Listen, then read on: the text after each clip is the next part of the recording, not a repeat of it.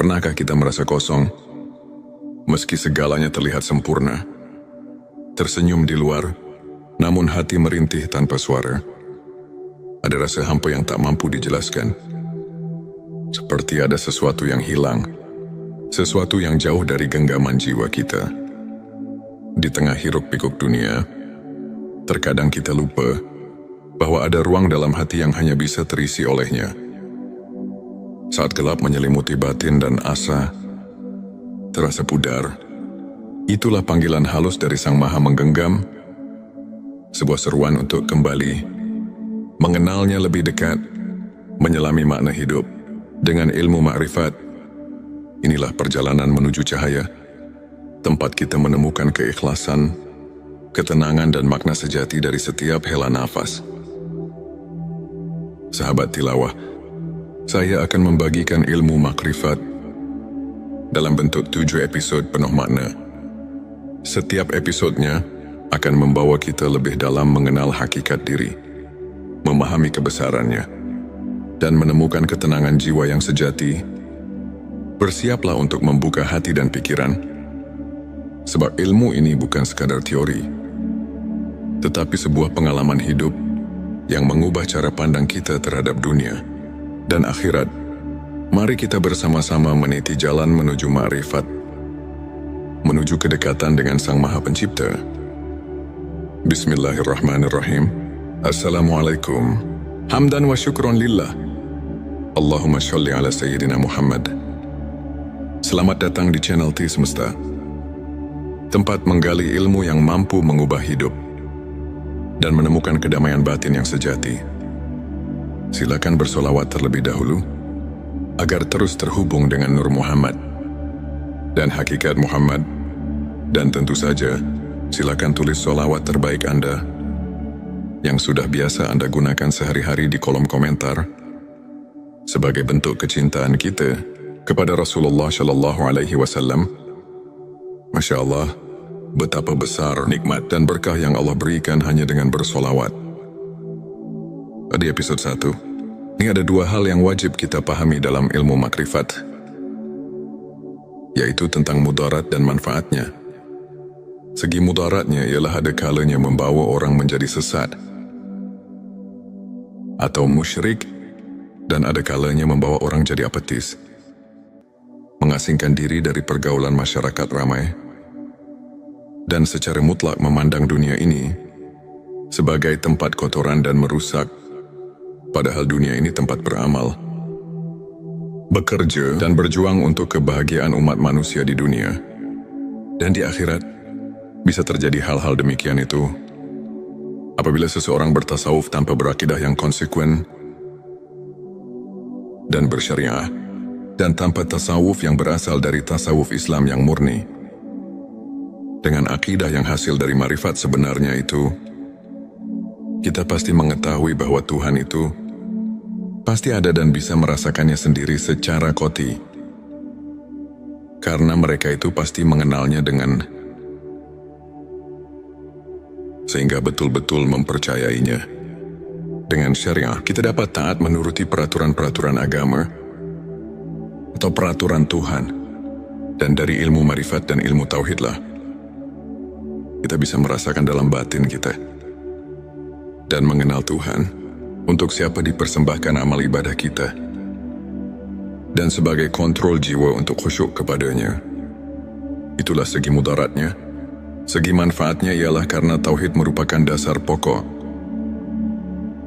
kekuatan batin, pembersih jiwa dari kemusyrikan dalam hati, dan penumpuk iman, penyubur amal soleh, semata-mata mencari keridhaan Allah, memperkuat daya juang dengan sifat yang bernilai tinggi, membina tata hidup dan kehidupan, terutama untuk membina mental pembangunan.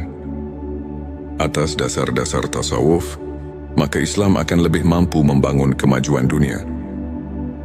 Dan terutama pada pembangunan nasional kita sekarang ini.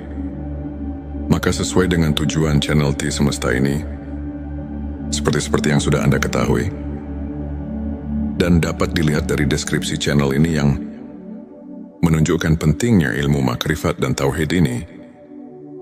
Untuk untuk menjadi referensi acuan keilmuan yang lebih mendalam untuk umat Islam yang masih sama-sama membutuhkannya.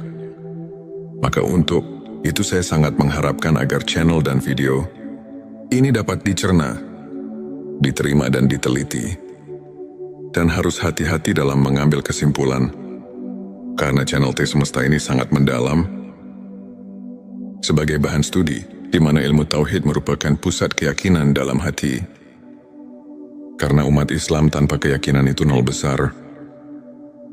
Nah, sahabat tilawaku, sebenarnya jika bahasan ini dilanjutkan, ini pasti banyak sekali yang menyangkut kata-kata asroriyah. Rahasia yang memang sedikitnya menyangkut pada keterangan yang bersifat asroriyah. Seperti yang tercantum di dalam kitab Sirur, asror yang berbunyi, kufran artinya sesungguhnya menjelaskan tentang rahasia ketuhanan. Adalah hukumnya kufur. Juga ada lagi keterangan yang berbunyi, man arafa lahu kala lisanuhu, artinya barang siapa yang telah mengenal Tuhannya, maka lipatkanlah lidahmu. Kitab Darun Nafis. Maka dengan dua keterangan ini, kami merasa takut untuk kelanjutannya. Tapi setelah lama kami pikir, juga dalam hati merasa kasihan untuk generasi selanjutnya. Bagaimana kalau umat Islam untuk masa depan semakin jauh dengan yang sebenarnya?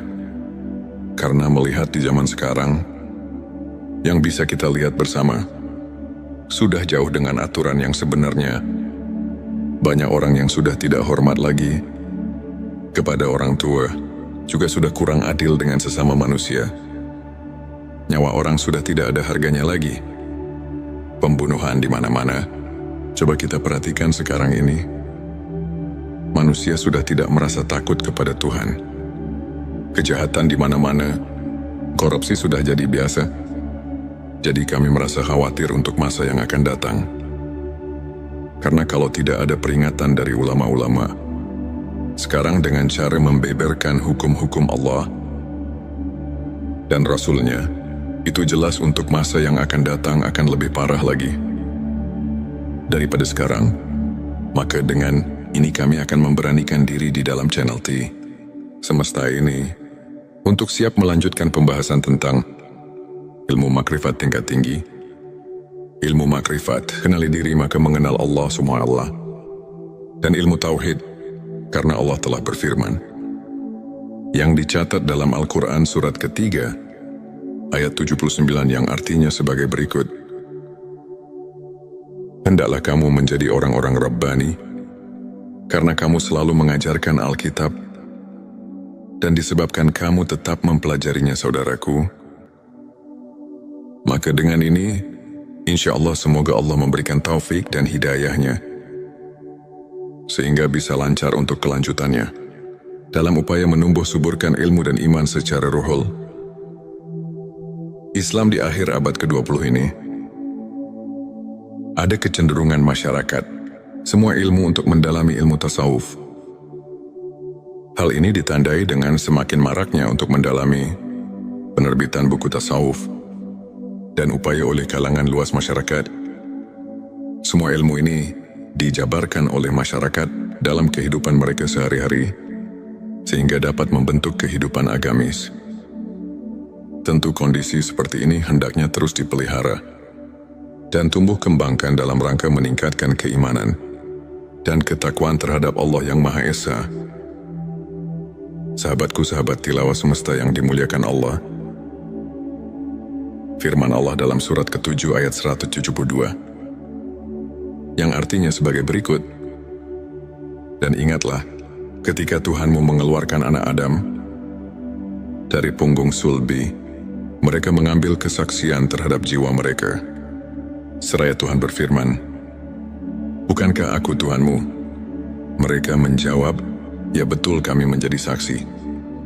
Supaya kamu nanti pada hari berhenti, tidak mengatakan, sesungguhnya kami orang yang lalai, atau tidak diberi peringatan tentang hal ini. Di dalam ayat ini kalau betul-betul dihayati dan ditafakuri secara jernih, Tentu kita merasakan kejutan dengan ayat ini. Karena ayat ini menggugah hati kita. Di dalam ayat ini Allah memberitahu pada segenap manusia yang ada di dunia ini, sebagaimana firman Allah barusan, manusia yang ada di dunia ini semuanya sudah dipersaksikan terlebih dahulu kepada Allah sebelum manusia lahir ke bumi ini. Dipersaksikannya waktu di dalam rahim ibunya. Menurut keterangan dalam hadis Bukhari, di bab kejadian makhluk halaman 733 ayat 9, Rasulullah telah menerangkan, dipersaksikannya di alam arwah, di waktu kandungan umur 4 bulan di dalam kandungan sang ibu. Menurut firman Allah tadi, supaya di hari berhenti jangan lupa lagi pada Allah. Jadi menurut ayat ini, kita semua sebagai manusia jangan leha-leha, atau jangan hidup terlena, karena kita diamat-amati. Maka jangan lupa pada Allah sang pencipta alam semesta. Dengan hati yang jujur, jangan mendustai diri sendiri.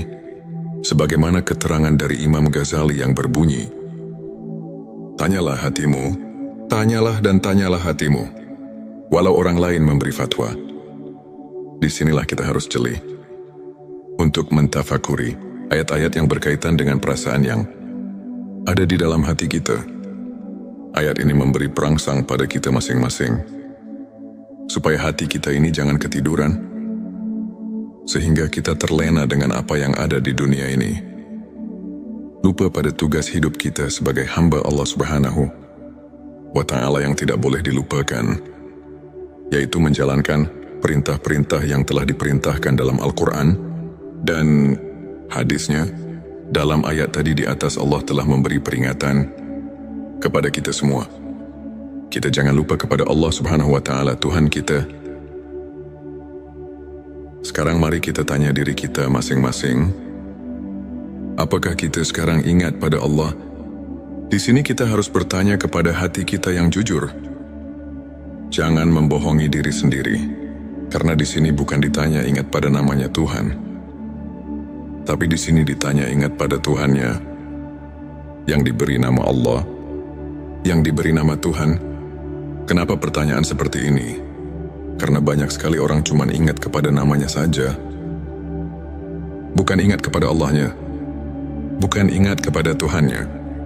Untuk menjawab pertanyaan ini, pertama kita harus memakai pikiran yang mendalam. Kedua harus fakum bida wahir. Ketiga harus memakai hati yang jujur. Baru pertanyaan ini bisa dijawab dengan sempurna.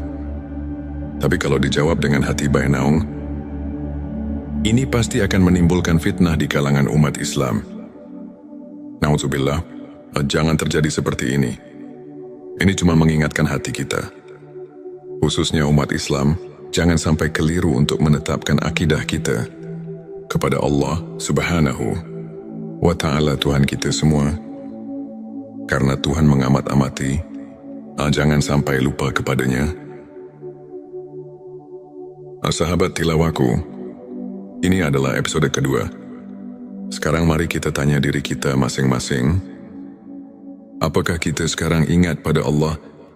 Di sini kita harus bertanya kepada hati kita yang jujur. Jangan membohongi diri sendiri, karena di sini bukan ditanya ingat pada namanya, tapi di sini ditanya ingat pada Tuhannya, yang diberi nama Allah, yang diberi nama Tuhan. Kenapa pertanyaan seperti ini? Karena banyak sekali orang cuma ingat kepada namanya saja, bukan ingat kepada Allahnya, bukan ingat kepada Tuhannya. Untuk menjawab pertanyaan ini, pertama kita harus memakai pikiran yang mendalam. Kedua harus fakum bida wahir. Ketiga harus memakai hati yang jujur. Baru pertanyaan ini bisa dijawab dengan sempurna. Tapi kalau dijawab dengan hati bainaung, ini pasti akan menimbulkan fitnah di kalangan umat Islam. Na'udzubillah, jangan terjadi seperti ini. Ini cuma mengingatkan hati kita, khususnya umat Islam, jangan sampai keliru untuk menetapkan akidah kita kepada Allah Subhanahu wa Ta'ala, Tuhan kita semua. karena Tuhan mengamat-amati, jangan sampai lupa kepadanya. Selanjutnya, silakan bersolawat terlebih dahulu, agar terus terhubung dengan Nur Muhammad. Dan hakikat Muhammad, saudaraku, ini cuma mengingatkan, Tuhan mengamat-amati, jangan sampai lupa kepadanya. Banyak sekali ayat-ayat yang menyuruh kita jangan sampai lupa pada Tuhan. Contohnya di dalam surat ke-33 ayat 41, yang artinya sebagai berikut, hai orang-orang yang beriman, ingatlah kepada Tuhanmu dengan sebanyak-banyaknya. Ingat kalau ayat ini dikaji dan ditafakuri secara mendalam, pasti kita akan terpanggil secara spontan. Terus kita mengusahakan supaya kita terus-menerus ingat kepada Tuhan. Bahkan ada lagi keterangan yang mengingatkan, ingatannya kepada Tuhan harus pikulilam hati wa nafasimbi, ada di kuli. Maklumilah ingatnya kepada Tuhan harus sebing bilangan nafas dan kedipan mata. Ada lagi keterangan di dalam surat ke-7 ayat 205 yang artinya sebagai berikut, dan sebutlah nama Tuhanmu dalam hatimu dengan menyatakan diri, dengan rasa takut, dan dengan tidak mengeraskan suara di waktu pagi dan petang. Dan janganlah kamu termasuk orang-orang yang lalai. Fadkur di sini artinya, ingat-ingat itu pekerjaan hati. Sedangkan hati itu kalau kita rasakan bukan pekerjaan lisan, tapi pekerjaan hati. Bisa ingat kalau ada pemberian dari dua panca indera, ialah dari telinga dan mata. Kalau tidak ada pemberian dari dua panca indera itu, tidak akan ada di dalam hati. Cobalah kita rasakan, bisa ingat pada yang kamu belum ketahui. Itu tidak mungkin, tapi awas pendengaran. Pendaksian penglihatan di sini bukan pendengaran atau penglihatan Swaul Basiro, tapi pendengaran atau penglihatan Ainal Basiro dan Hakul Basiro. Karena kalau penglihatan Swaul Basiro cuma bisa mendengar dan melihat yang kita lihat bersama, seperti gunung, laut, batu, pepohonan, hewan, dan sebagainya yang sama-sama kita lihat. Bukan itu yang dimaksud. Untuk mencapai derajat tingkat Ainal Basiro dan Hakul Basiro, hanya orang-orang tertentu saja. Ini cuma mengingatkan supaya jangan menafsirkan kepada pendengaran atau penglihatan Swaul Basiro. Disinilah kita harus hati-hati, jangan sampai cepat-cepat mengambil kesimpulan. Jadi harus diteliti dan ditafakuri yang lebih mendalam dulu, supaya jangan ada perselisihan paham di antara kita umat Islam. Saudaraku hadirin yang dirahmati Allah, untuk mengingat sebenarnya kepada Tuhan, kita harus suluk terlebih dahulu kepada guru antuk pituduh yang benar-benar ahli, karena tidak semua kiai, ajengan, dan ustadz yang bisa mengajarkan hal ini. Ada kekhususan untuk arif billah yang bisa untuk hal itu. Dengan sangat pentingnya untuk mengingat Tuhan, kita harus berusaha sekuat tenaga. Karena kalau kita lupa kepada Tuhan sekarang, apalagi nanti di akhirat, pasti kita akan lupa. Sedangkan kalau kita lupa karena tidak diberitahu oleh kedua orang tua, maka itu pun tidak bisa menghisap kepadanya. Sebagaimana firman Allah di surat ke-7 ayat 173. Surat Al-A'raf sudah memberi peringatan kepada kita yang berbunyi, atau agar kamu tidak mengatakan, sesungguhnya orang-orang tua kami telah mempersekutukan Tuhan sejak dahulu, sedang kami ini adalah anak-anak keturunan yang datang sesudah mereka. Maka apakah engkau akan membinasakan kami karena perbuatan orang-orang yang sesat dahulu? Quran Surat Al-A'raf ayat 173. Nah, di sini marilah semua, khususnya orang-orang yang beriman, mari kita bangkitkan pikiran kita untuk penelitian, mentafakuri ayat ini, karena sudah jelas dan dapat kita pahami tadi. Ayat 172. Dan ditegaskan lagi dengan ayat 173. Ini benar-benar Tuhan melarang lupa kepadanya. Juga jangan menyalahkan kedua orang tua, apalagi menghisapnya, karena kita sebetulnya sudah diberitahu oleh Tuhan melalui wahyunya kepada Nabi Muhammad Shallallahu Alaihi Wasallam bahwa kita semua sudah mengatakan qalu bala syahidna. Maksudnya, supaya kita nanti di akhirat jangan bilang lalai atau lupa kepadanya, sebab kalau lupa atau lalai atau lupa kepadanya, ini hanya kesalahannya sendiri, yang akibatnya kita akan mendapatkan kesesatan, karena mungkin karena tidak mau tahu tentang agama sendiri. Karena itulah kita jadi bodoh. Bodoh tentang persaksian kepadanya. Bodoh itu karena lupa. Lupa itu jadi kita bodoh. Sama yang telah dikatakan di dalam kitab Sirur Asror.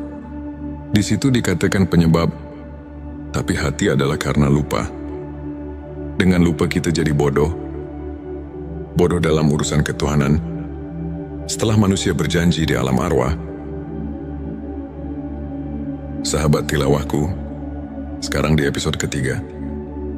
Di sini marilah semua, khususnya orang-orang yang beriman, mari kita bangkitkan pikiran kita untuk meneliti, mentafakuri ayat ini. Firman Allah di surat ke-7 ayat 173. Sudah memberi peringatan kepada kita yang berbunyi, atau agar kamu tidak mengatakan, sesungguhnya orang-orang tua kami telah mempersekutukan Tuhan sejak dahulu, sedang kami ini adalah anak-anak keturunan yang datang sesudah mereka. Maka apakah engkau akan membinasakan kami karena perbuatan orang-orang yang sesat dahulu? Quran Surat Al-A'raf ayat 173. Di sini sudah jelas dan dapat kita pahami, ini benar-benar Tuhan melarang lupa kepadanya. Juga jangan menyalahkan kedua orang tua, apalagi menghisapnya, karena kita sebetulnya sudah diberitahu oleh Tuhan melalui wahyunya kepada Nabi Muhammad Shallallahu Alaihi Wasallam bahwa kita semua sudah mengatakan qalu bala syahidna. Maksudnya supaya kita nanti di akhirat jangan bilang lalai atau lupa padanya, sebab kalau lupa atau lalai atau lupa kepadanya, ini adalah kesalahannya sendiri, yang akibatnya kita akan mendapatkan kesesatan, karena mungkin karena tidak mau tahu tentang agama sendiri. Karena itulah kita jadi bodoh tentang persaksian kepadanya. Bodoh itu karena lupa. Lupa itu jadi kita bodoh. Begitupun yang telah dikatakan di dalam kitab Sirur Asror. Di situ dikatakan, penyebab buta hati adalah karena lupa. Dengan lupa kita jadi bodoh. Bodoh dalam urusan ketuhanan. Setelah manusia berjanji di alam arwah. Di dalam pengertian ingat, ada 3 macam pengertian. Yang pertama, ada yang mengartikan harus banyak dikil, atau wirid membacakan kalimat thayyibah. Contohnya seperti takbir, tahmid, tahlil, dan sebagainya. Yang kedua, ada juga yang menafsirkan harus banyak ingat itu dengan memperaturkan hukum-hukumnya. Seperti di dalam kehidupan sehari-hari, kita harus sesuai dengan aturan Tuhan. Jangan mengerjakan pekerjaan sekehendak hawa nafsu kita, karena nanti semua perilaku kita harus dipertanggungjawabkan. Yang ketiga, ada juga yang menafsirkan banyak ingat itu adalah sebagaimana yang telah dijabarkan di dalam kitab-kitab tasawuf. Seperti dalam di kitab Al-Hikam, para arif bila menafsirkan ayat tersebut di atas dan meneliti di surat kedua ayat 152, itu benar-benar kita selaku manusia yang ada di jagat raya, ini dilarang keras lupa kepada Tuhan. Jadi kita di dalam menafsirkan ayat tersebut harus hati-hati, karena urusan ingat itu adalah urusan hati atau urusan kolbu. Ini tidak bisa dengan begitu saja. Walaupun yang sebelumnya juga tidak salah, itu penafsiran tingkat dasar.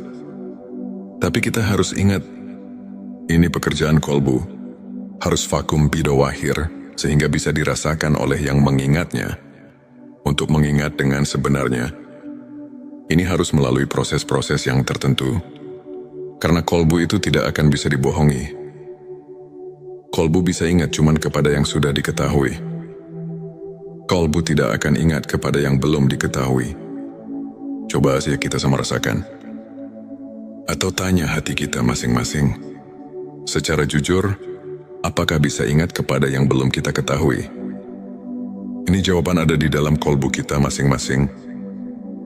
Untuk lebih jelasnya, ada keterangan di dalam kitab Sirur Asror di halaman 80. Di situ telah dijelaskan, yang artinya, yang dikatakan zikir ruh, itu adalah menyaksikan sifat tajalinya.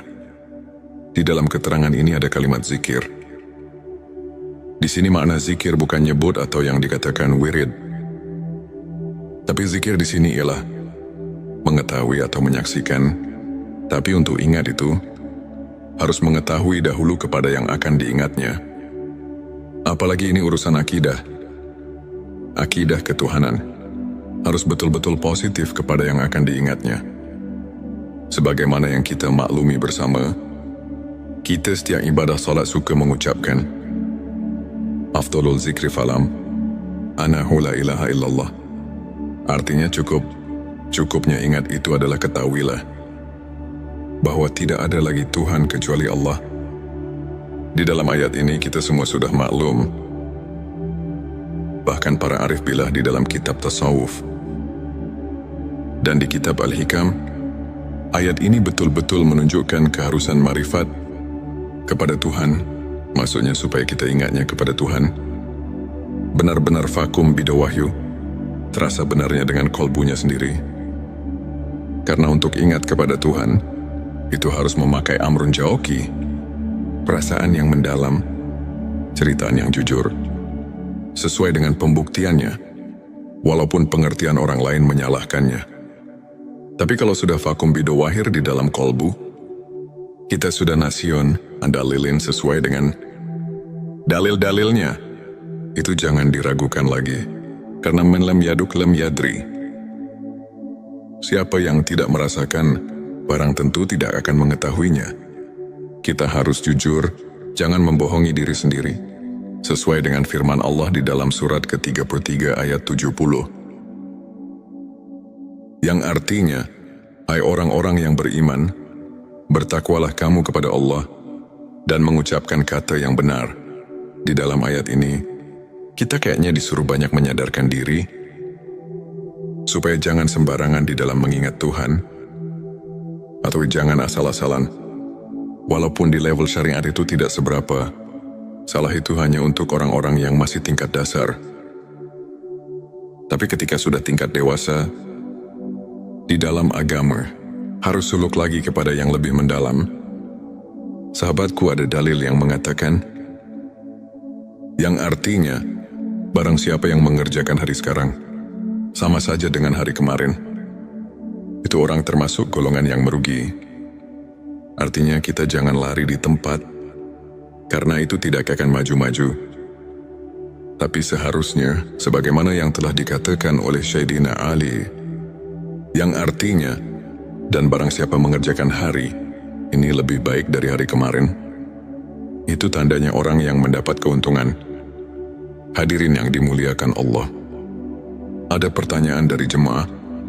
Pak, maaf saya mau bertanya. Boleh enggak? Kami jawab boleh saja. Karena kita harus benar-benar mengerti dan bisa merasakannya sendiri. Apa yang ditanyakan? Katanya, setelah kita menyimak keterangan dari awal sampai akhir, juga meneliti dan mentafakurinya, sampai di sini, ini kayak manusia berikut saya. Harus mengenal Tuhan, itu harus diawali dari dunia ini. Nah, di sini saya mau nanya, apakah mungkin saya manusia biasa bisa mengenal Tuhan di dunia ini? Saya jawab, maaf, saya tidak akan menjawab langsung kepadamu. Tapi Allah lah yang akan menjawab pertanyaanmu. Sahabat tilawahku, ini adalah episode keempat. Sebelumnya, ada pertanyaan yang akan dijawab langsung oleh Allah.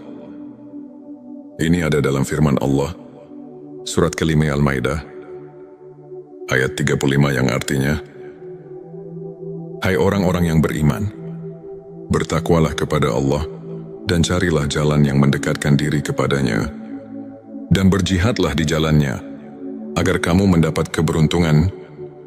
Dari ayat ini sudah jelas bahwa Tuhan menunjukkan kepada seluruh manusia yang ada di dunia ini, terutama kepada orang yang mengaku iman kepada Tuhan, bahwa kita selaku manusia yang sudah mengaku iman, harus sekeras mungkin untuk mencapai wasilah, atau jalan untuk taqarrub mendekatkan diri kepadanya.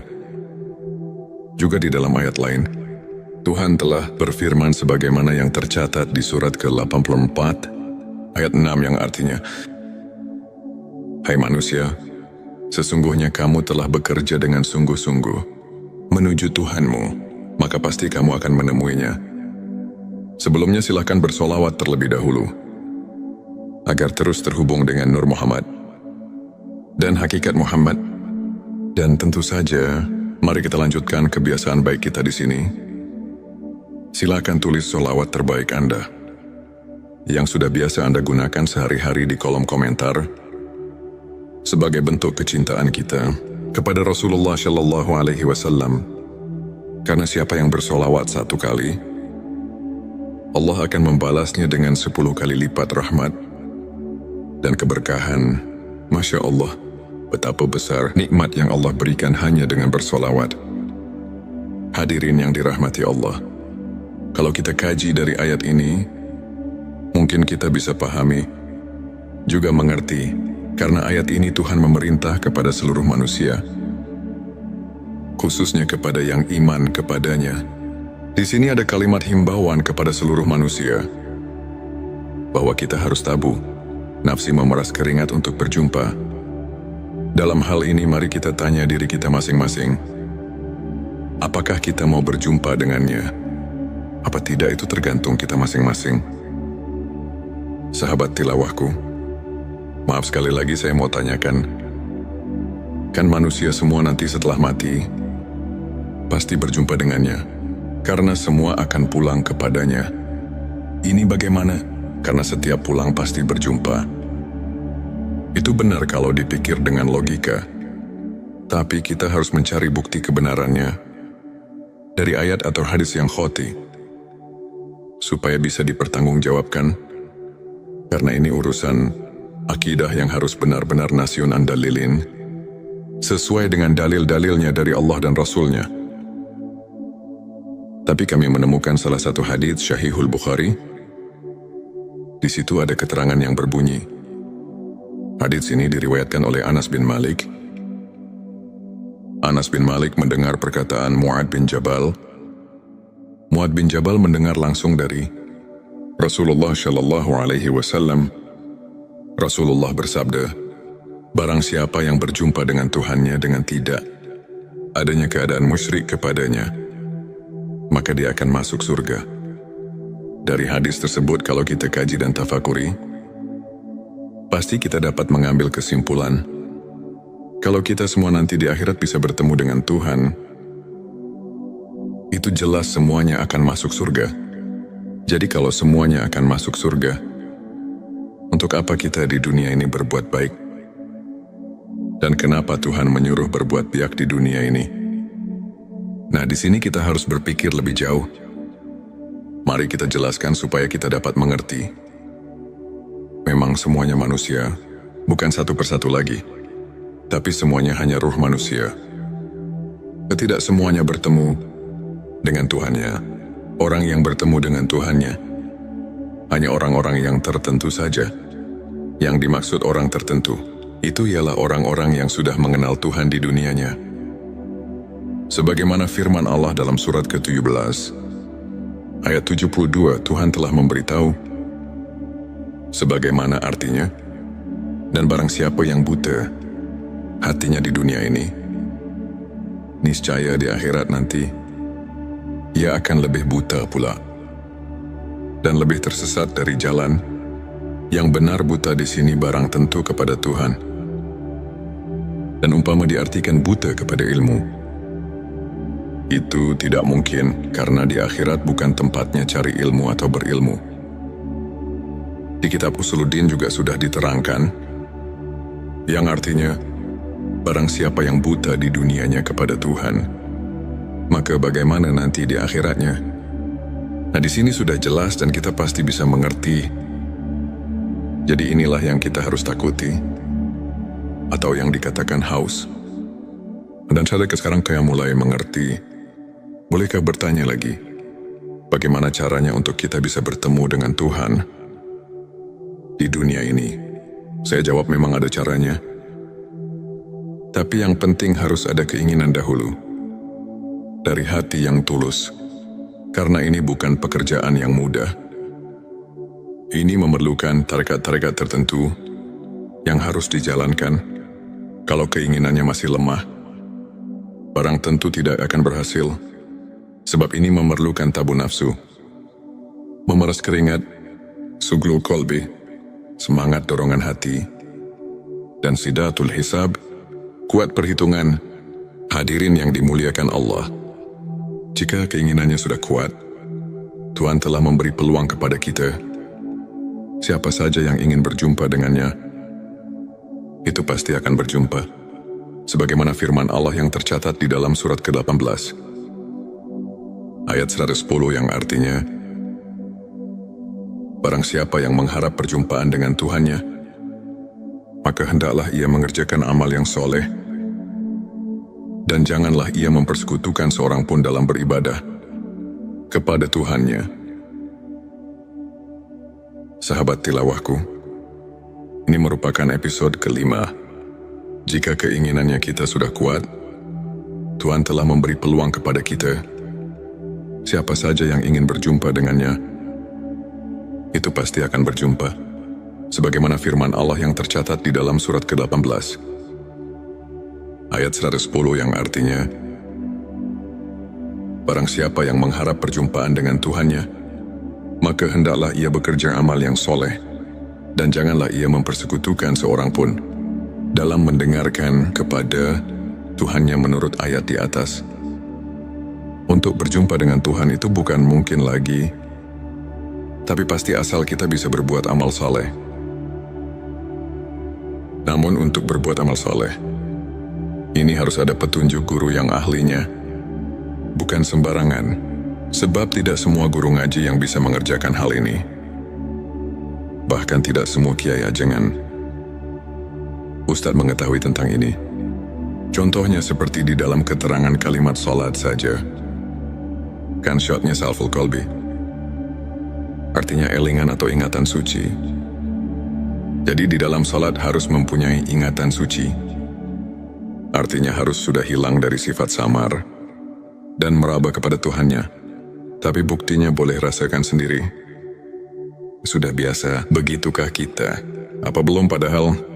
Tuhan sudah berfirman di dalam hadits qudsi yang tercatat di kitab Al-Hikam, yang artinya, aku adalah Kanjeng Mapian yang terpendam dan tertutup. Aku ingin ditemukan dan dikenalnya. Kuciptakan makhluk agar mereka mengenalku.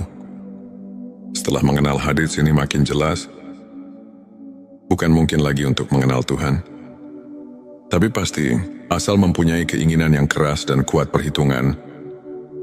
Tapi walaupun begitu, ini bukan pekerjaan gampang. Ini harus suluk dahulu kepada ahlinya, atau kepada guru yang benar-benar ahlinya. Sekali lagi, untuk mencari guru urusan marifat kepada Tuhan. Tidak semua kiai ajengan dan ustadz bisa menunjukkan tentang hal ini.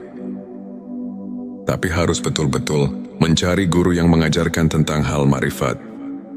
Ini ada kekhususan, tidak sembarangan. Sebelumnya silakan bersolawat terlebih dahulu, agar terus terhubung dengan Nur Muhammad dan hakikat Muhammad. Masya Allah, betapa besar nikmat yang Allah berikan hanya dengan bersolawat. Sahabat tilawahku yang dirahmati Allah, kita lanjutkan kembali. Jadi kita harus hati-hati, supaya jangan salah pilih dalam memilih guru yang dikatakan tadi. Sebab ahli tarekat pun tidak semua bisa sampai marifat kepada Tuhannya atau mengenal Tuhannya. Juga tidak cukup hanya dengan membaca buku tentang marifat. Karena bacaan yang ada di dalam buku cuma isyarat dan itibar saja. sebagaimana ada keterangan di dalam kitab Hikam yang berbunyi, apa saja yang keluar dari bibirmu, itu adalah cuma isyarat dan itibar. Jadi walaupun terus-menerus membaca buku tentang marifat, sampai 1000 kitab, itu tidak akan sampai kepada marifat, sebagaimana keterangan yang ada di dalam kitab Sirur Asrul, yang berbunyi, manusia yang tidak sampai tingkat ilmu ini, mengenal Allah, maka dia tidak dikatakan alim. Secara hakikat, walaupun dia telah menguasai 1000 kitab, karena dia tidak mencapai derajat rohaniah. Sirur Asrul, dari keterangan ini sudah memberi penjelasan pada kita semua, bahwa tentang marifatullah itu benar-benar ada kekhususan, juga ada ajaran tertentu. Ada yang bertanya lagi, untuk apa belajar ilmu marifat?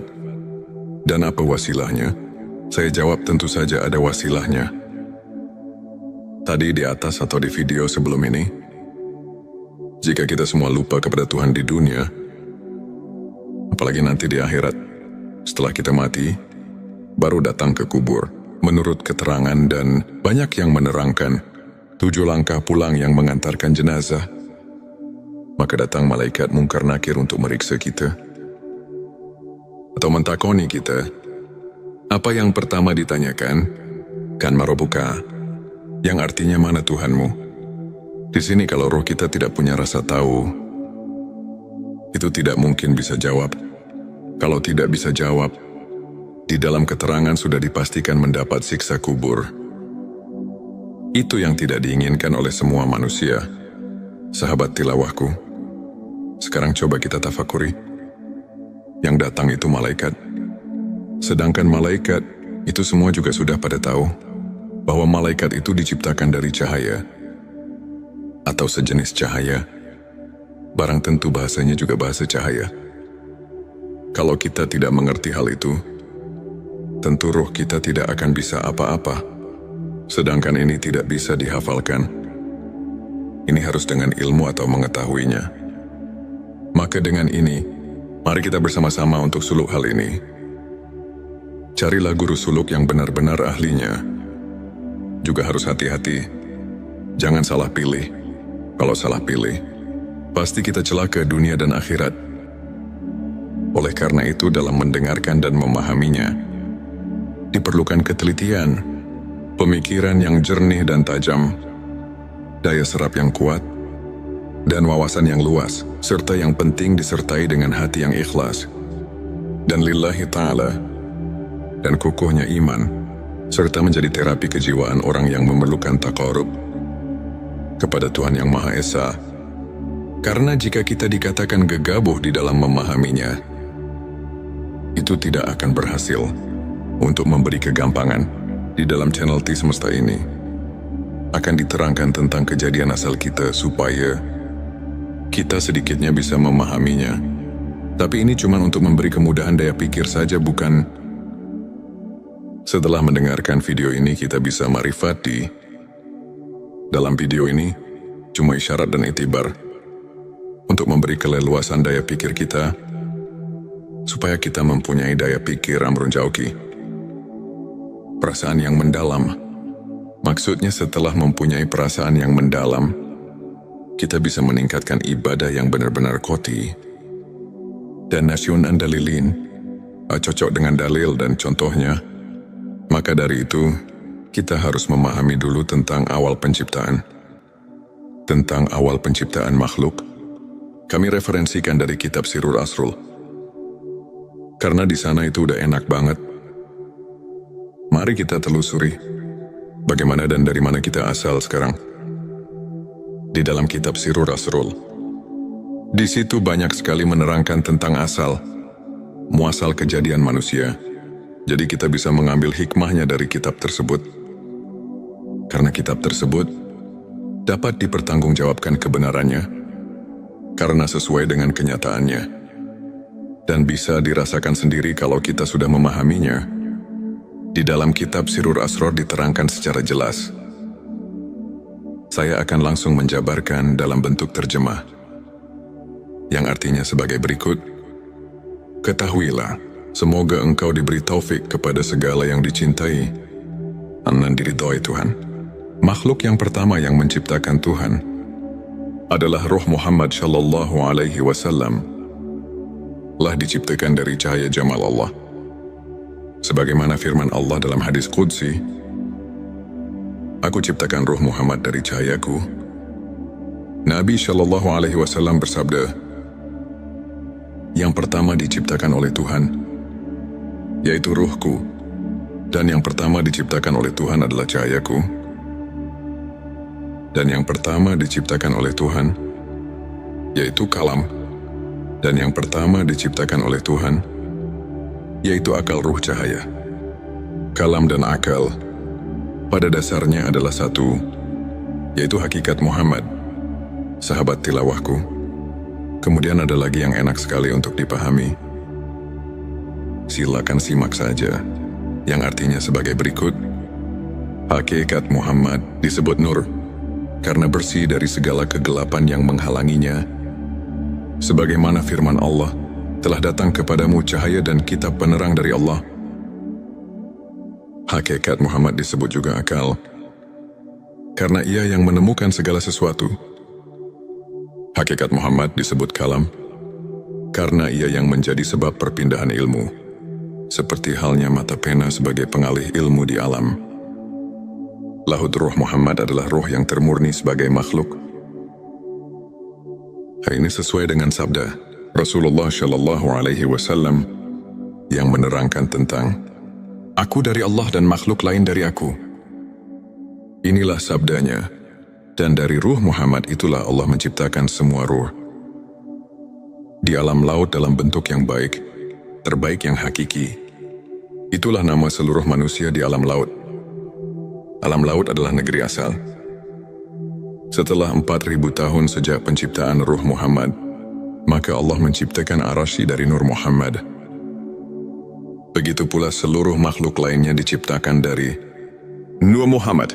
Dilanjutkan dengan sabda Rasulullah Shallallahu Alaihi Wasallam yang artinya sebagai berikut. Selanjutnya ruh diturunkan ke alam yang terendah, dimasukkan pada makhluk yang terendah, yaitu jasad. Sebagaimana firman Allah, "Kemudian aku turunkan manusia ke tempat yang terendah." Proses turunnya adalah setelah ruh diciptakan di alam laut, maka diturunkan ke alam Jabarut dan dibalut dengan cahaya Jabarut, bagai pakaian antara kedua haram. Lapis kedua ini disebut Ruh Sultani. Selanjutnya diturunkan lagi ke alam Malakut dan dibalut dengan cahaya Malakut yang disebut Ruh Rohani. Kemudian diturunkan lagi ke alam Mulki dan disebut dengan cahaya Mulki. Lapis keempat ini disebut Ruh Jasmani. Sahabat tilawahku, kemudian sabda Rasulullah Shallallahu Alaihi Wasallam berlanjut dengan sabdanya sebagai berikut. Selanjutnya Allah menciptakan badan atau jasad dan mulki atau bumi. Sebagaimana firman Tuhan, "Dari bumi aku ciptakan kamu, kepada bumi aku mengembalikanmu, dan dari bumi pula lah aku mengeluarkanmu." Setelah terwujud jasad, maka Allah memerintahkan ruh agar masuk ke dalam jasad, dan ruh masuk ke dalam jasad. Sebagaimana firman Allah, "Kuciptakan ruh dariku ke dalam jasad." Hadirin sahabat tilawah yang dirahmati Allah. Kemudian sabda Rasulullah Shallallahu Alaihi Wasallam ditutup dengan sabdanya sebagai berikut. Ketika ruh berada di dalam jasad dan merasa senang berada jasad, ruh lupa akan perjanjian awal di alam-alam laut, yaitu hari perjanjian alastu bi rabbikum. "Bukankah aku ini Tuhanmu?" Ruh menjawab, "Benar, engkau adalah Tuhanku." Karena ruh lupa pada perjanjian awal, maka ruh tidak dapat kembali ke alam laut sebagai tempat awal dengan kasihnya Tuhan. Maka menolong mereka dengan menurunkan kitab-kitab samawi sebagai peringatan tentang negeri asal bagi mereka. Sesuai dengan firman Tuhan, berikanlah peringatan pada mereka tentang hari-hari Tuhan. Ialah hari pertemuan antara Tuhan dengan seluruh arwah di alam laut. Lain halnya dengan para nabi, mereka datang ke bumi dan kembali ke akhirat, badannya di bumi, sedangkan rohnya intinya berada di negeri asal. Karena adanya peringatan ini, sangat sedikit orang yang sadar dan kembali, serta berkeinginan dan sampai ke alam asal. Karena sedikitnya manusia yang mampu kembali ke alam asal, maka Allah melimpahkan kenabian kepada Ruh Agung Muhammad Rasulullah, penutup petunjuk jalan dari kesesatan ke alam terang. Ia diutus para rasul untuk mengingatkan mereka yang lupa dan membuka hatinya. Nabi mengajak mereka agar kembali dan sampai serta bertemu dengan jamal Allah yang azali sesuai dengan firman Allah mengatakan, "Ini adalah jalanku, aku mengajak ke jalan Allah dengan pandangan yang jelas. Aku dan para pengikutku." Nabi bersabda, "Para sahabatku seperti bintang-bintang, mengikuti yang manapun kamu akan mendapat petunjuk."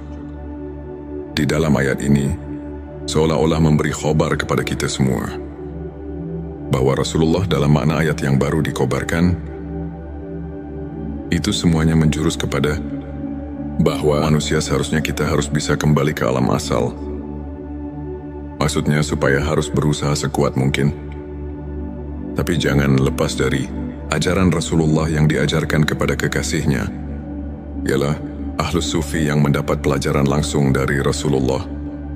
Sahabat tilawahku, di episode ke-6 ini, kami akan mengingatkan kalau kita sekarang rupanya sudah agak jarang sekali untuk memperhatikan hal yang barusan saya katakan, karena yang diinginkan hanya dengan bayangan surga saja.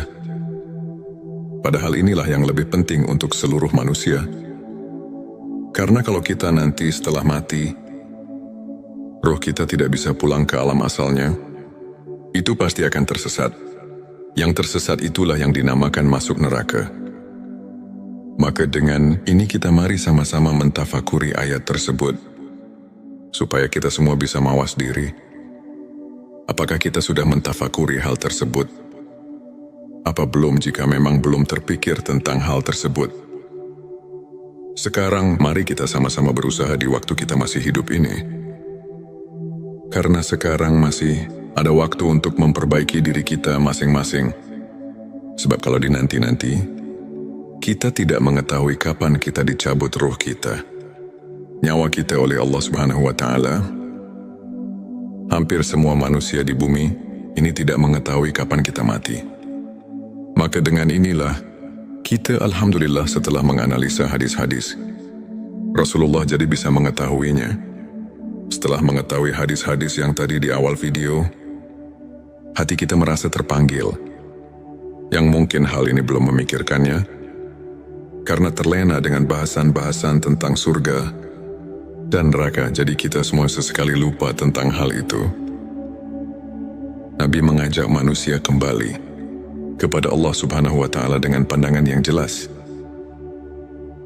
yang di dalam Al-Quran disebut basirah, yang artinya adalah dari ruh asli yang terbuka pada mata hati para aulia. Basirahnya lain halnya sama dengan ilmu laduni batin, ilmu yang langsung dari Allah, sesuai dengan firman-Nya, "Kepada Dia kuberikan ilmu yang langsung dariku." Untuk menghasilkan basirah, manusia mengambilnya dari ahli basirah dengan mengambil pembicaraan dari seorang wali mursyid yang dapat menunjukkan dari alam laut. Di sini mungkin ada pertanyaan, bagaimana kalau saya mau ditunjukkan kepada basirah yang dimaksud, sedangkan wali mursyid yang dimaksud sekarang sudah tiada? Itu memang benar, sekarang wali mursyidnya sudah tiada. Tapi kita jangan putus asa, karena ada keterangan yang menunjukkan kepada kita semua. Sebagaimana kita maklumi, al-ulama warasatul anbiya, ulama adalah pewaris para nabi. Tapi kita juga harus hati-hati, karena tidak semua ulama yang bisa menunjukkan hal itu. Namun yang jelas pasti, ada seseorang yang masih bisa menunjukkan hal itu. Kita harus berusaha sekeras mungkin, atau yang dikata wajihadu fisabilillah, untuk menemukan guru antuk pituduh tersebut. Al-ulama warasatul anbiya. Ulama adalah pewaris para nabi. Jika kita memperhatikan keterangan ini, jelas jangan merasa putus asa atau kita membuat alasan untuk kalah hingga kita tidak berusaha untuk mencari jalan supaya kita bisa pulang ke alam asal. Sedangkan Tuhan sudah memerintahkan supaya kita berusaha untuk mendekatkan diri kepada Tuhan. Sebagaimana firman-Nya di dalam surat kelima, surat Al-Maidah ayat 35, yang artinya sebagai berikut, "Hai orang-orang yang beriman, bertakwalah kepada Allah, dan carilah jalan yang mendekatkan diri kepadanya, dan berjihadlah pada jalannya, supaya kamu mendapat keberuntungan." Dari ayat tersebut sudah jelas bahwa Tuhan sudah memerintahkan kepada seluruh manusia di dunia ini supaya berusaha sekeras mungkin. Tapi di dalam berusahanya harus hati-hati. Di dalam ayat ini disuruh supaya berusahanya itu di jalan Tuhan. Jadi kalau ayat ini dikaji lagi, ini mengandung dua unsur. Yang pertama, kita harus berusaha di jalan Tuhan. Ini barang tentu harus mencari guru yang menunjukkannya. Artinya harus mencari guru yang benar-benar ahli. Karena tidak semua ustadz yang bisa menunjukkan kepada hal tersebut. Ada kekhususan, ialah orang-orang yang sudah betul-betul arif, bilah yang sebenarnya. Karena kalau membaca kitab atau membaca buku saja, ini tidak mungkin bisa berhasil. Karena bacaan cuma sebagai isyarat dan itibar saja. Hanya untuk memperluas daya pikir dan memberi wawasan yang luas. Jadi kalau untuk menelusuri tentang asal kita, ini harus hati-hati. Tidak cukup hanya baca kitab atau baca buku saja. Harus ada petunjuk yang pasti. Sahabat tilawahku, ini adalah episode terakhir, episode ke-7, untuk memperluas daya pikir dan memberi wawasan yang luas untuk menelusuri tentang asal kita. Ini harus hati-hati, tidak cukup hanya baca kitab atau baca buku saja, tapi harus ada petunjuknya yang pasti. Mari kita tafakuri dan rasakan kita bersama. Sebagaimana dalil telah tertulis dalam kitab Sirur, Asror yang berbunyi, "Aku dari Allah dan makhluk lain dari kami." Yang dimaksud makhluk lain di sini, mari kita perhatikan penjelasannya. Sebagaimana sabda Rasul yang artinya, "Dan dari ruh Muhammad itulah Allah menciptakan semua ruh di alam laut." Dan ada lagi dalil yang menjelaskan tentang asal-usul seluruh makhluk. Sebagaimana yang diterangkan di dalam kitab Aqidatun Najin, yang artinya sebagai berikut. Yang pertama diciptakan Tuhan ialah akal-akal. Itu bangsa lelembut, rubaniyah rohaniyah. Dan itulah hakikatul insan. Hakikatul insan itulah yang bisa membuktikan dan mengerti, yang bisa marifat kepada Tuhan, dan itulah yang menjadi sebab diperintahnya dan dipinta pertanggungjawabnya dari orang tersebut. Sahabat tilawahku, dari keterangan ini, mari kita simak sejenak, supaya kita betul-betul mengerti asas tujuannya. Kalau kita sudah mengerti dan meneliti tujuannya, pasti kita tidak akan mengeluarkan fitnah di kalangan masyarakat, atau sekurang-kurangnya kita bisa memahami tentang hak yang kita harus diketahui atau kita tuju. Selanjutnya, silakan bersolawat terlebih dahulu, agar terus terhubung dengan Nur Muhammad dan hakikat Muhammad, sahabatku di dalam keterangan atau dalil barusan, memberitahu kepada kita semua bahwa manusia awalnya diciptakan oleh Tuhan ialah di dalam laut. Juga yang diciptakan baru hak Muhammad, atau yang dikatakan asal ning asal. Ada juga yang mengatakan Nurullah atau Johar awal. Itu baru di alam asal. Ning asal itu juga masih banyak sekali nama-nama tersebut. Itu semuanya gulungan zat dan sifat. Makanya ada keterangan di dalam Al-Hikam yang artinya sebagai berikut. Kita harus bisa memisahkan atau harus bisa menyaksikan yang satu terhadap yang banyak, dan menyaksikan yang banyak terhadap yang satu, lihat di dalam Al-Quran surat ke-41 ayat 53. Kemudian bersambungnya Tazali, sifat ini semuanya goropi tamsil, tidak bisa diperinci, dan ini adalah maqam mujmal. Gulungan zat dan sifat tidak bisa berpisah. Bersatu tidak menjadi satu, berpisah tidak menjadi dua, tapi harus bisa membedakan. Sahabatku, awas. Ini baru keterangan, ini baru dalil saja, atau itibar. Berhati-hatilah, jangan terburu-buru mengambil kesimpulan, karena harus melalui guru suluk dahulu. Ini cuma untuk membangkitkan wawasan kita saja, supaya jangan merasa cukup dengan pengertian yang ada kalau kita telusuri lagi.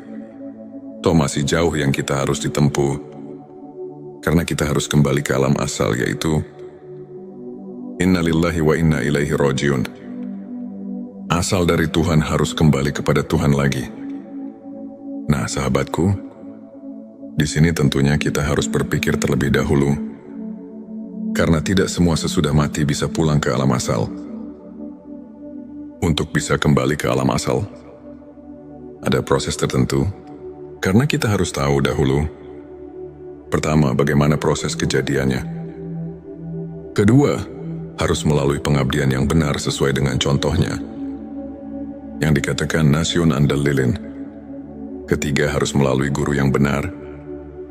Keempat, harus melalui tawajuh kepada guru suluk.